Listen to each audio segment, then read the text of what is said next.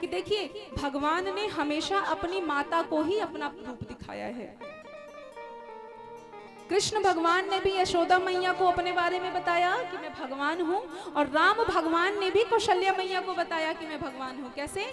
यहाँ पर वर्णन आता है, एक बार जननी अनवाए करि सिंगार पलना पौढ़ाए, निज कुल इष्ट देव भगवाना पूजा हेतु कीन्ह स्नाना।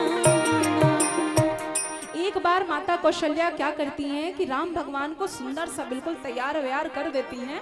उसके बाद पालना में लिटा कर जाती हैं इष्ट देव की पूजा करने के लिए।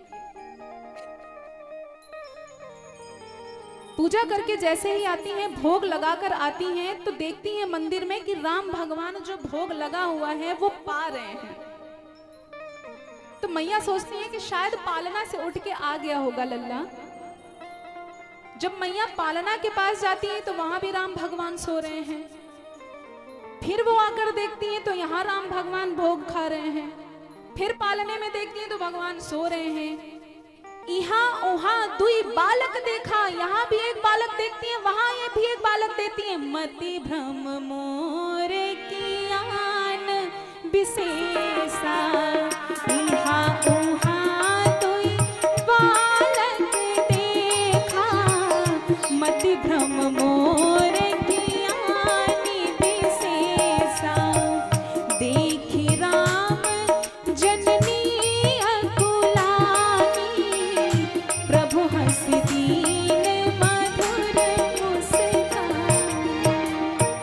जैसे ही मैया बिल्कुल व्याकुल हो जाती हैं, तो सोचिए भगवान इतने छोटे से हैं और सोचिए हाथ में ऐसे पुआ लेकर मैया को देखकर मुस्कुरा दिए।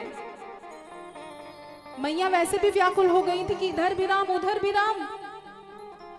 भगवान तुरंत उस व्याकुलता को कम करने के लिए अपना चतुर्भुज रूप ले लेते हैं।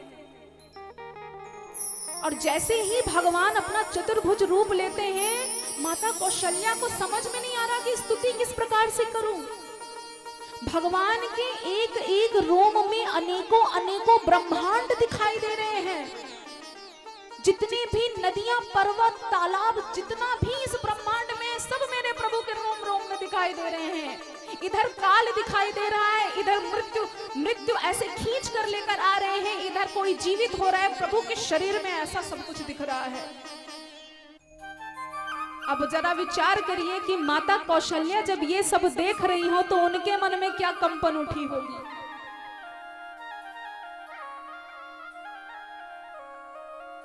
जब भयभीत जानते हैं, तब भगवान राम कहते हैं कि हे मां, मैं अभी बालक बन जाता हूं, लेकिन छिपाव करना, किसी को बताना नहीं कि मैं ही हूं वो, मैं तुम्हारा पुत्र ही हूं मां। माता कौशल्या कहती हैं कि नाथ, अब आप आ गए हैं तो एक चीज देकर ही जाइए कि आपकी माया अब मुझे कभी न व्यापे।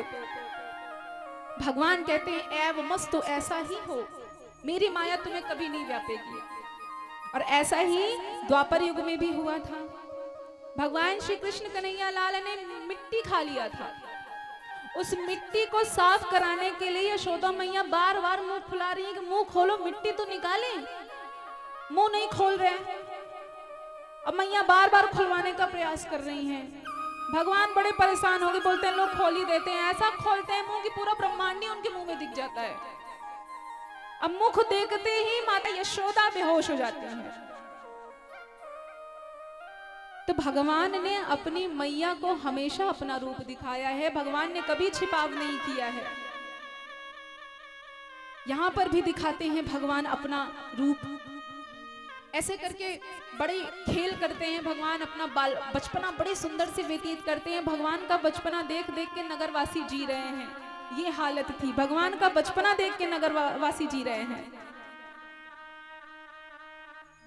गुरु जी की बुलाया जाता है, चूड़ा कर्म संस्कार कराया जाता है। मैंने आपसे कल ही बताया था ना कि जितने जन्म से लेकर मृत्यु तक जितने कार्य होते हैं एक जीव के जीवन में एक ब्राह्मण ही कराता है।